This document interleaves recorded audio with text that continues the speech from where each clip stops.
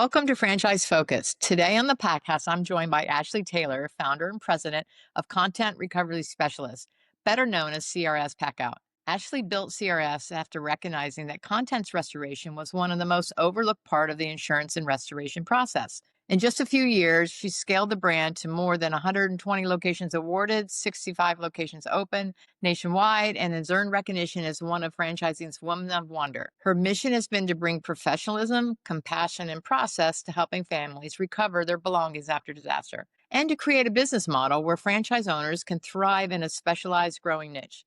We'll explore what makes CRS unique, who thrives in it, and why content recovery is an exciting space for today's entrepreneurs. Welcome. How are you doing, Ashley?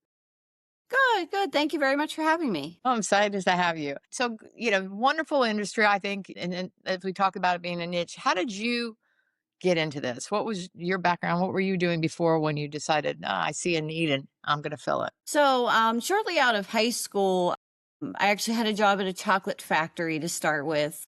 Kind of thinking like, I Love Lucy, the scene of them on the belt, shoving the chocolates in their mouth. That was my very first job out of high school, but I kind of rose to the top of that company very quickly. I was only, 18, 19 years old, and I was a regional manager of 10 retail stores Oh my in the gosh. Pittsburgh area. So, and I started on the factory floor, but, and then I transitioned to retail and moved on up. So there wasn't really any room for me to grow from there. I kind of had hit the top unless I was going to own it one day.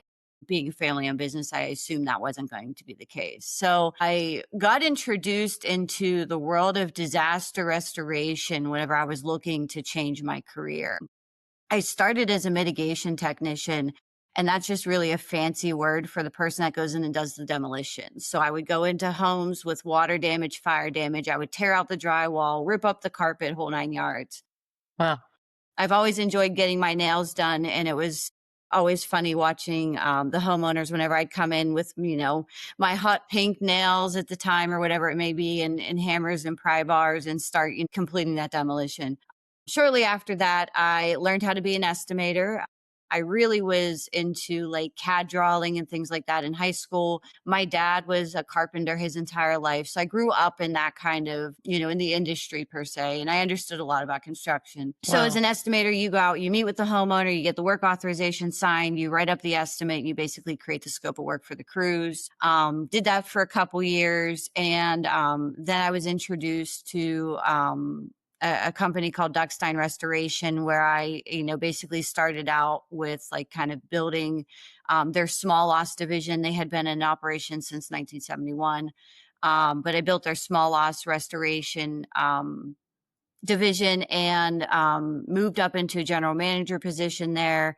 And we did contents at that company. It was one of those things in at my previous company as well. And I got a lot of exposure to, how things kind of worked with that contents, and was able Mhm. to revamp that whole entire process and basically make it functional for us as a restoration company. And that's kind of basically like my background up to wherever I transitioned into CRS. Wow. Wow. That is beyond impressive. What a story, how much you've built. And obviously, you just have a natural aptitude to business and processes that you're able to go in and revamp something with, I can't say limited experience, just youth. Clearly, you had a lot of good experience. So, when you decided to focus specifically on content, what drove that when you decided to get into CRS? So, in restoration in general, it's a very hard industry. It's 24/7, 365. Unfortunately, disaster doesn't pick a 9 to 5 time to strike. It just does Right. it whenever it feels like it. And there's a lot of turnover in that industry because of that. You get worn out, you get burned down. I was starting to get burned down myself,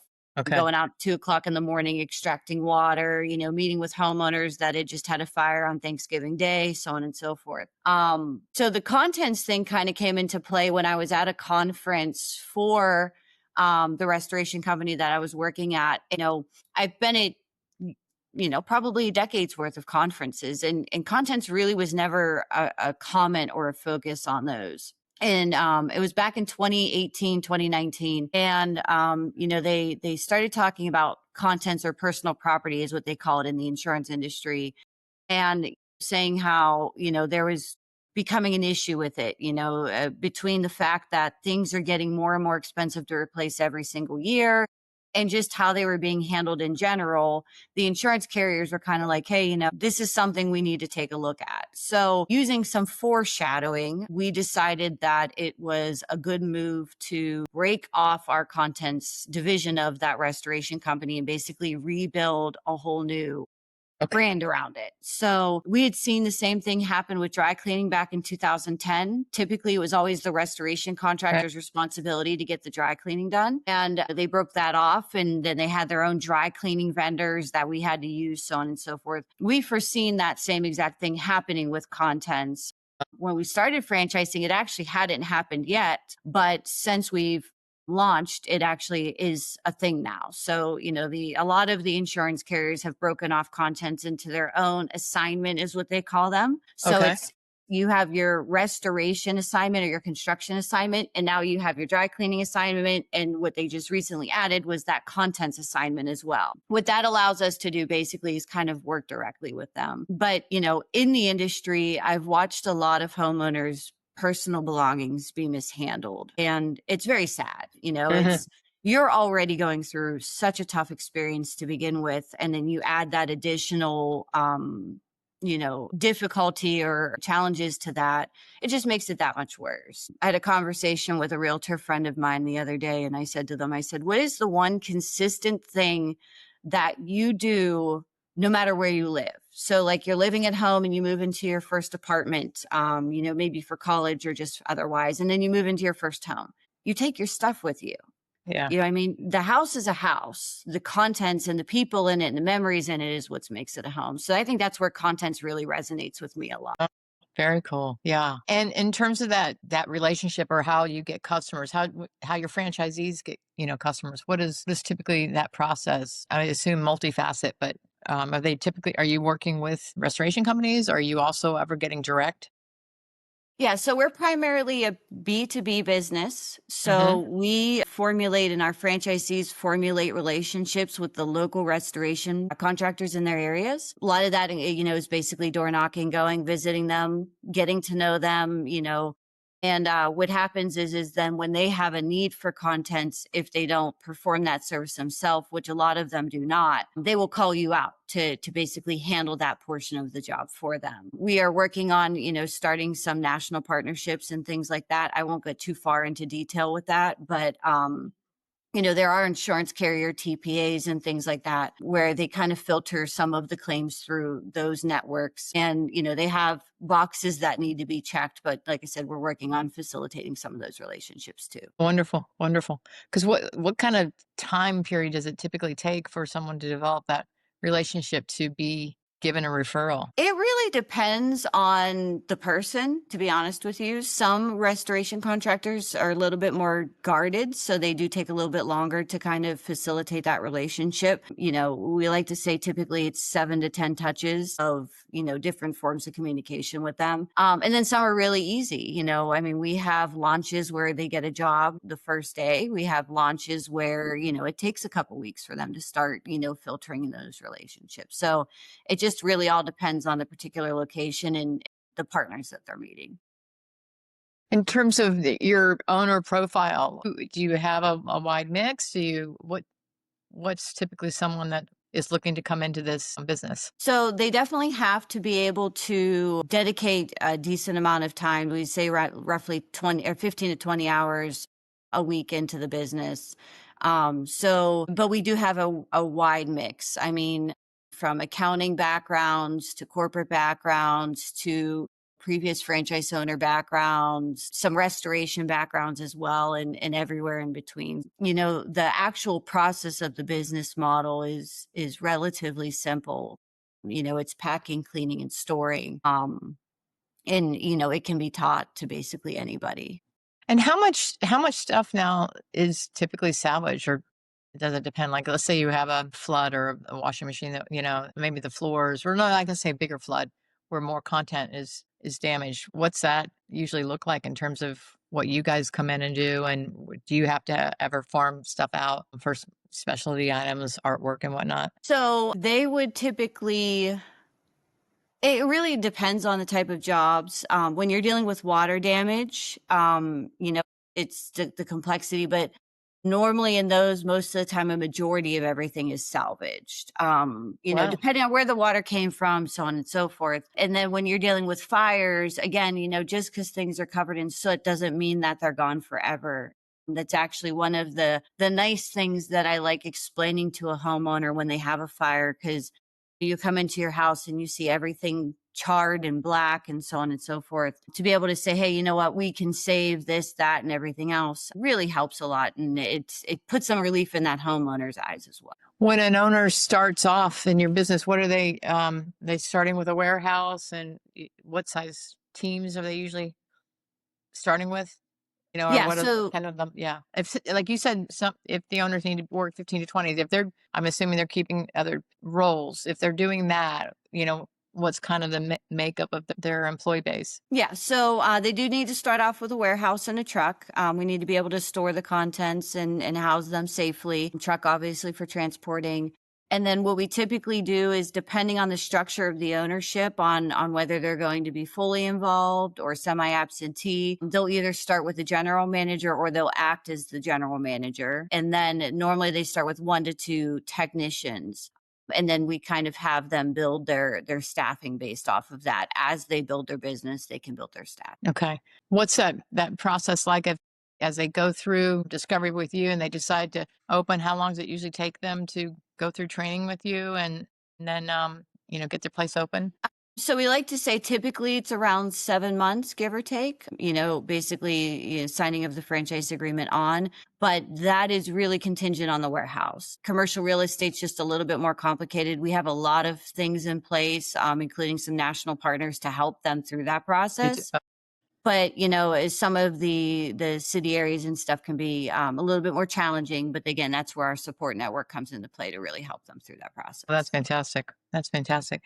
Um, and the model to work with the insurance providers, you mentioned you're looking into some national accounts, but other types of help or training that you guys do around that? We have a lot of support from, coming here to Pittsburgh to do your training, with real live jobs. We actually work in the warehouse here at our corporate location. We do real live jobs. And then, ongoing support with our marketing team and, business development coaching and things like that is a regular cadence for us. Oh, what are some of the misconceptions that people have about this space or this niche in restoration? And how does You know, CRS? But Yeah, I don't know if there's really a ton of misconceptions. I think more so it's just an unknown. Realize that this is a thing, and don't think about it. And it was that way with disaster restoration in general. When I yeah, would go out to a job, a homeowner would be like, "I didn't even know this service existed." Most of the time, you don't until you have. I think it's more just a lack of knowing than any kind of misconceptions. and how is there like a typical time frame if there's a fire that you come in, and how long are you usually housing their stuff in your place, and how long does it take you to clean their? Are you doing it on premises, or usually bring it to the warehouse as well? So most of the time we would be bringing it back to our warehouse to house it. The twofold: A, cleaning is a little bit more thorough and better here. And B, it gets it out of the restoration contractor's way so that they can focus on the Right. structure repairs. Yeah. And, it really, again, depends on the scope of work. But, we normally have storage anywhere from a couple of weeks for like a small job to up to 12 months and even sometimes over for, more complex reconstruction, things like Right, because you have to hold it until obviously they're ready for that to be brought back. Yeah. correct. Um, Yes. interesting, interesting. So, in terms of successes that your franchisees have had, any specific highlights that you can think of that help someone be truly successful in this? I would imagine they've got to be good at being comfortable networking and meeting with these various referral partners. But anything else that you can think about when trying to identify strong franchisees? So marketing is definitely the number one tip of the top you have to be good at. You have to be able to be genuine and form those relationships with both the restoration partners as well as your homeowners that you're dealing with. Right. And I would say the number two most important is organization. When you have multiple households of contents in your facility with, all these little pieces and stuff, you have to keep that stuff organized. kind of hit the nail on the head earlier whenever you said about me being process oriented. I'm hugely process oriented, and I've built this entire brand around that. So, Yeah. our organizational skills is really what keeps everybody together and make sure everybody's belongings are kept together as well. So from our digital inventory system to, just how we do our job flow and everything really helps that organization side of things. So yeah, I mean, I can imagine that really is helpful where people, when they're evaluating this to see, it would be very hard to try to do this on my own. Look, you've already got all these processes, things that people are not even thinking about. It's not a matter of just opening a warehouse, right? No, yeah, and you have the support as well of, when you every claim's different, we can walk you through as many scenarios as possible, but I can't possibly prepare you for everything. But you do have the support team of, some of my longtime veterans that I've brought up from the corporate office that now work in the franchising department, as well as myself even. All of our franchisees actually have my cell phone number as well, and they can reach out to me and ask me questions of, I've got this, interesting situation on a job, and we can kind of talk through, best practices on how to handle it. Wow, that's great.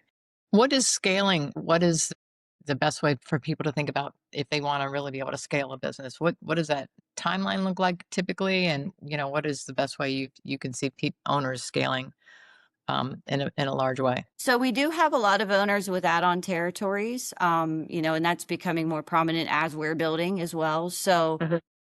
but scaling is really going to be based on that individual, the resources that they're willing to commit and, the time and dedication that they're willing to commit. So there is real no definitive time frame for that. It's more so what they're putting in and what they want to get out. Yeah, okay, fantastic. Any particular stories of the franchisees that stand out in your mind that you'd want to share? I mean, I think for the most part, whenever you look at a couple, like, we've had some pretty large claims come through the system where, they've had that complexity that they needed, the extra support that we were able to. Um, Probably, one of the more funny ones is we have a franchisee that loves selfies and he takes them all the time, and we have a Slack channel that we all communicate through. And I don't know if I've seen a picture yet where it was just a picture of something. They were always in that picture with it.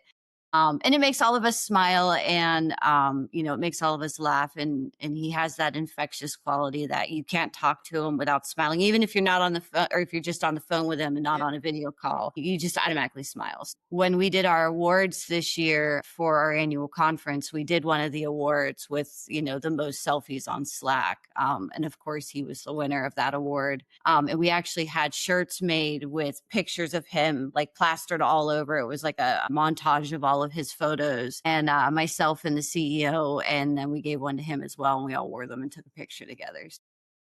That's awesome. I just love getting to know all of their personalities and learn their strengths and weaknesses and help them navigate through those. Yeah, And it's just we have a really great group of people. So I couldn't be happier with that's fantastic. If someone is listening and curious, what should they ask themselves if CRS Packout could be right fit or even this industry? Like, what should they be thinking about? I think for the most part, it definitely is learning a little bit more about the business model because again, it's one of those unknowns that, like whenever it's like, hey, I have a pizza franchise or something like that, you're like, okay, well, pizza, I understand that. This is a little bit different.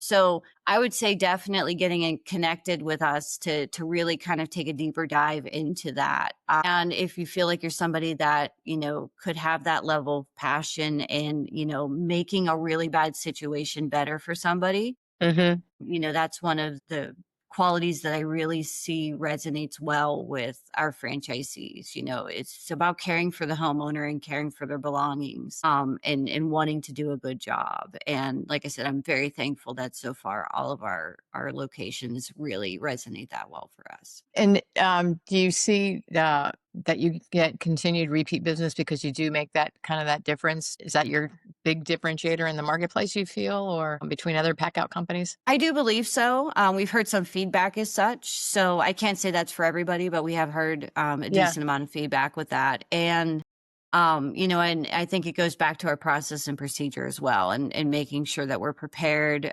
We're communicating appropriately, and we're taking care of that insured in that restoration company in any way we possibly can. That's fantastic. Any other advice or tidbits that you want to share with prospective franchise owners? I would say probably, the last one would be there's a plethora of information out there. If you do a little bit of research on the industry and, what we do and what we're about, again, one of the nice things about our brand, and something that kind of speaks to that, 24/7, 365 I was talking about earlier. Not to say that you won't ever work on a weekend, but it's very rare and it's not as common as it is with the full service restoration. That was pretty much a guarantee there. This Yeah. is more of an exception, not the rule. And, doing a little bit of research on the need in the industry and really, kind of the complexity of what needs to be done. And the great news is that complexity we've figured out and that's what we help you through. But, I kind of look at it as really, that you're doing a good thing for people and you're still running a business off of it as well, and that's pretty awesome in my eyes. So Yeah. yeah, I mean, the biggest thing is just really educating yourself on it and what it's all about. That's fantastic. No, I appreciate your time. This has been really informative. I love the personal touch. I mean, that is, I think that's huge. Yeah, I've been through this both with flooding and fire. So, and I'm sure a lot of homeowners, most of us have been touched, and it's amazing how many events happen so regularly for people. No, thanks again, and look forward to maybe down the road we'll have an update and where you've become 240 locations. Absolutely, hopefully. All right, thanks again. Thank you.